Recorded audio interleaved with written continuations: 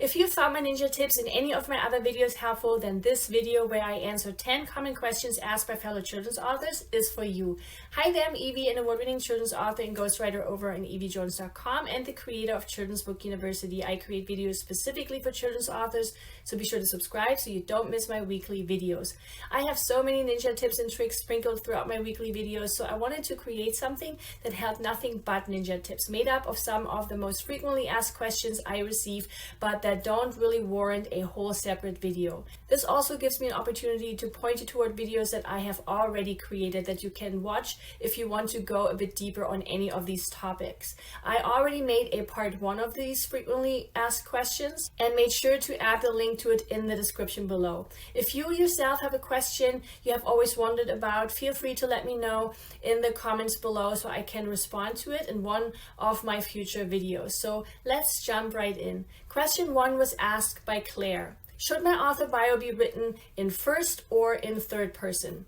If you know my videos, you know that I always emphasize that there isn't just one way of doing things, but that instead it might be more helpful to think of things in terms of common and less common. So when it comes to writing an author bio, it's much more common to write an author bio in the third person within the traditional world of publishing, even though our bio is usually written by ourselves. Now, there are moments in our book where it can be really beneficial to write about ourselves in first person. For example, in my book, How to Self-Publish a Children's Book, I share that it's really helpful and important to consider putting a review request in our book. I have a whole separate video on how to go about writing an effective review request, and I made sure to share the link to that in the description below. And for such review requests, it's always most effective if it's written in first person because we are trying to connect with the reader.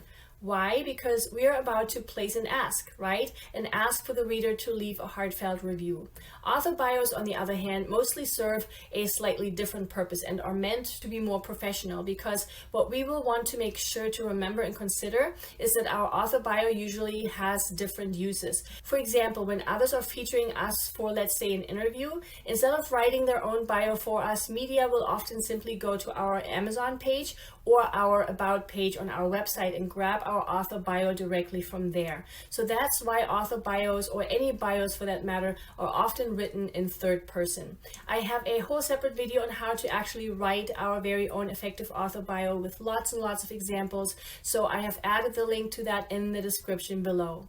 Question 2 was asked by Wolfgang.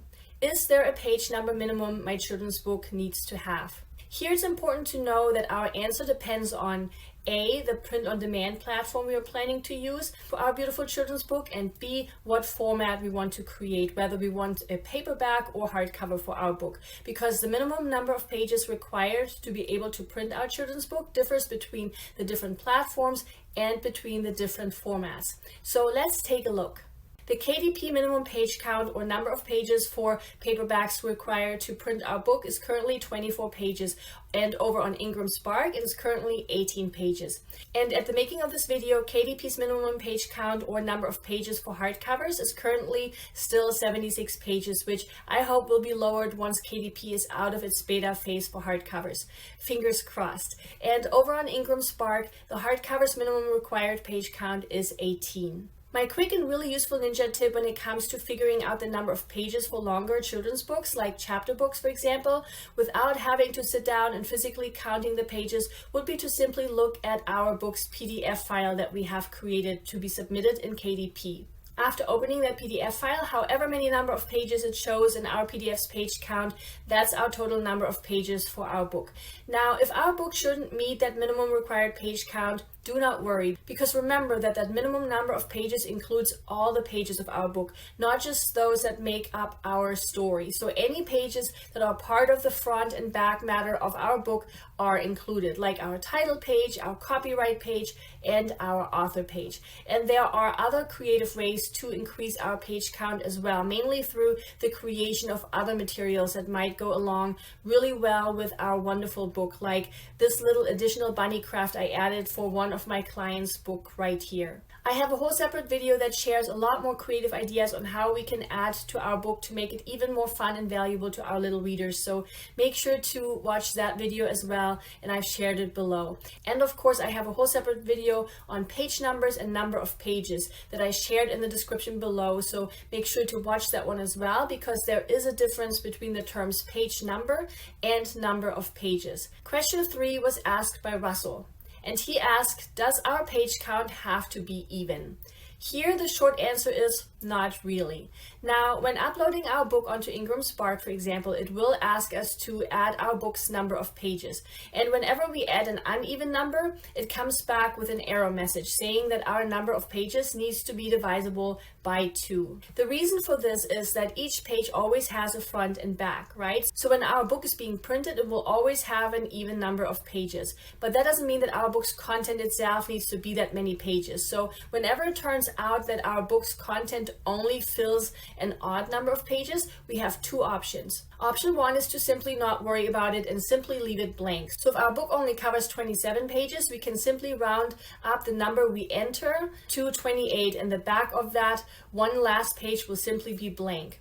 Or option 2 is to simply come up with a fun extra we could add to that extra page. And here, the video I share in my answer to the previous question might come in really handy. The video that shares a bunch of creative ideas on what we can add to our book to make it even more fun and valuable to our little readers. And the link to it is in the description below. Question 4 was asked by Karen, and Karen asked, how important are reviews and how do we get more reviews? So let's look at the first part of the question first. How important are reviews? Reviews for our book are important in 2 ways. 1, reviews act as credibility markers or as social proof. They're so important because we all, as buyers, pay attention to reviews. Looking at our own buying behavior, we rarely buy something that has none or very few reviews, right? Especially if there are other similar options available that have a lot more reviews we as buyers can rely on. So for the majority of us, we rarely buy something that doesn't have any reviews or only has negative reviews. And 2, reviews are important because they signal to Amazon that our book is exactly what the buyers have been looking for. Not only did people buy our book, but they also liked it enough to leave a review. And that's huge in Amazon's eyes, because with a number of positive reviews, Amazon is much more likely to continue to put our book in front of other potential buyers. Now, while our book doesn't need the most reviews or only positive reviews, we will need some reviews. Which brings us to the second part of this question. How do we get more reviews? Here we can do a number of things, one of which I've already mentioned earlier, and that's to add a review request directly to our book. So make sure to watch that separate video I shared on that below. Another way to ensure a number of reviews is to set up a launch team. A launch team brings so many benefits with it. One of them being that the members of our launch team will help us get those all-important tone-setting very first couple of reviews right after we publish our book. If you would like to learn more about launch teams and how to go about setting up your own, I've shared a link to my separate video for you below. Now, getting reviews for our beautiful book is really hard, and I want you to know that most of us, if not all, struggle with this, at least with those first couple of reviews. And I say that because once we do have those first 30 or 40 reviews, it almost always seems that getting more after that is much easier.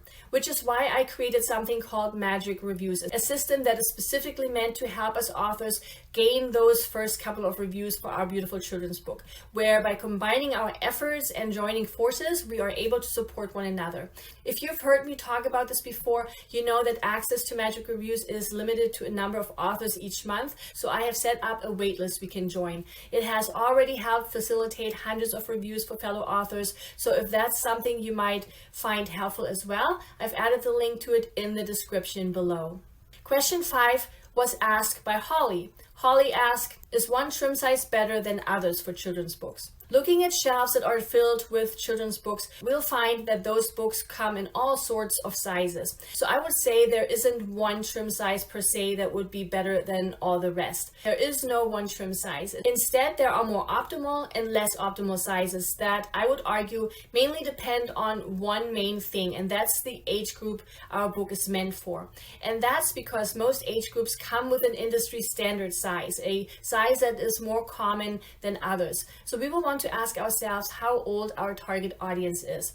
Now, besides board books for babies that are usually very small, we generally see that the trim size used for books for younger kids are usually larger, and the trim size for books for middle grade and up is usually smaller, more the size of regular novels. So then looking at books that are similar to ours and that are meant for a similar age group is really useful, because we want to follow the already established standards so our book fits in and looks as professional as possible. Traditional publishers have spent a lot of time and resources figuring out what's working and what isn't, and what people prefer and like, and we can benefit from their knowledge gained over decades by studying books that are already out there and that are doing well. Question 6 comes from Ryan. Ryan asked, when setting up my book, can I use the same files for my paperback and hardcover?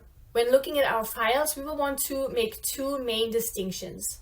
1, our interior files, and 2, our cover files. Our interior files will absolutely be the same whether that's our paperback or our hardcover, provided we're selecting the same trim size for those two formats. So if we choose our paperback version to have an 8.5 by 8.5 inch trim size and our hardcover to have the same trim size, then our interior files will be the same. One of my ninja tips here I wanted to share that will allow us to use the same interior file for our paperback and our hardcover is to include both ISBNs on our copyright page. That way we can use the same copyright page for both formats. Our cover files, on the other hand, will differ between those two formats. The way we will have to upload our cover is as what is called a sleeve, meaning the file we are submitting for our book has to be one image that is made up of the back cover, the spine, and the front cover. And the sleeve for our paperback will always be significantly smaller than that sleeve for our hardcover. And that's because for the hardcover, our sleeve has to be wrapped around the cardboard that is being used for our cover. Now, to help us with the sizing, my image template generator tool I have created over on eevijones.com also includes a cover option that will help us figure out the exact size our illustrators should create the illustration for our cover in. So I will make sure to share the link to my tool in the description below. Question 7 was asked by Patricia. Patricia asked, do I need more than one ISBN? Here I'm assuming Patricia is asking whether or not we need a separate ISBN for the different formats for our beautiful children's book. And the answer is yes. When it comes to our ISBN, which is an international standard book number, every book that's meant for sale needs one. That also holds true for accompanying coloring books we may decide to create for our children's book. ISBNs are used as identifiers for text-based and in our case illustration-based publications. It essentially identifies the registrant as well as the specific title, edition, and format of our book. Here we will want to keep 3 things in mind. 1, each format requires its own ISBN. So let's say we decide to publish our book as a paperback, a hardcover, and a board book. Because these are 3 different formats, each will require its own ISBN. 2, each format only requires one ISBN. So let's say I want to put my paperback up on KDP for Amazon distribution, and I want to put my paperback on Ingram Spark for expanded distribution as a strategy to maximize my royalties. Because it's the same format, I can use the same ISBN on both platforms. If you have any questions or doubts regarding expanded distribution and what my personal recommendations would be, I shared my separate video on that below. And 3, ebooks do not require their own ISBN. Here, Amazon assigns an ASIN, Amazon Standard Identification Number, to help identify each book. If you wish, you can, of course, assign an ISBN to your ebook, but it's not required like it is for the other formats. I have a whole separate video that is all about ISBNs that shares the best do's and don'ts, because there are a few that we want to make sure to consider. For example, whether or not we should purchase our own or if we should use the one provided to us by KDP. So I went ahead and shared the link to that video in the description below. Question 8 was asked by Sandy. Can I retell stories whose copyright has expired and that have become part of the public domain? The short answer here is yes, we can. Oftentimes, many believe that copyrights protect created work in perpetuity, but in actuality, the Constitution grants protection for limited times only. The current copyright term is life of the author plus 70 years. There are other terms as well for work that has been created in anonymously or if the author is using a pseudonym, for example. But usually it's around 70 years. So once a copyright expires, it is fair game to be used. That's why shortly after the copyright expired for Winnie the Pooh in 2022, there were so many news stories popping up that featured Pooh and some of his friends. And the Ugly Duckling also popped up all over after its copyright expired. So yes, as long as the work's copyright has expired, we can retell those stories. But remember, so can others.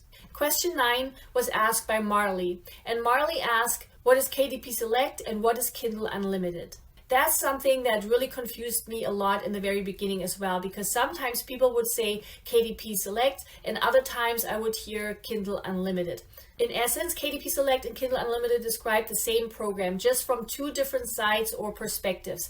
As an author, we have access to KDP Select. So if we are publishing our ebook via Amazon's print-on-demand platform called KDP, Amazon provides us with an option to enroll our ebook into what is referred to as KDP Select. Every time we enroll our ebook into KDP Select, it would remain enrolled for a total of 90 days. And within those 90 days, we can use two of Amazon's marketing tools.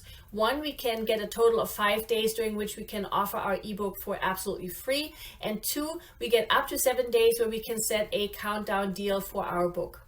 Kindle Unlimited, on the other hand, is a membership that offers members access to millions of digital titles whose authors have enrolled their book into KDP Select. On the buyer's end, the way they would see our enrolled ebook over on Amazon is with the Kindle Unlimited label. So every Amazon buyer that subscribes to Kindle Unlimited will be able to download our book for free for 90 days if our book is enrolled in KDP Select.